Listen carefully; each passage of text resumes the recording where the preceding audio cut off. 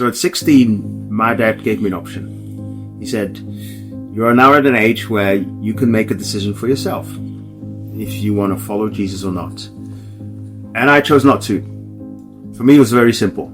This was not a God I wanted to follow because, one, he didn't speak to me, or I didn't feel God, or I didn't understand God. Later in life, I got to ask that question. I realized when I got asked, do I want to follow Jesus?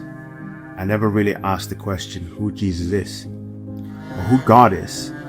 I just assumed because of what I got taught, of what I saw. But I never really found that out for myself. Maybe you're at the crossroad where you got given a set of beliefs that you never really asked the question, is this what I believe? Who is this God? And I think once you ask the right questions, once you look into your heart and you say to yourself, God, please reveal yourself to me,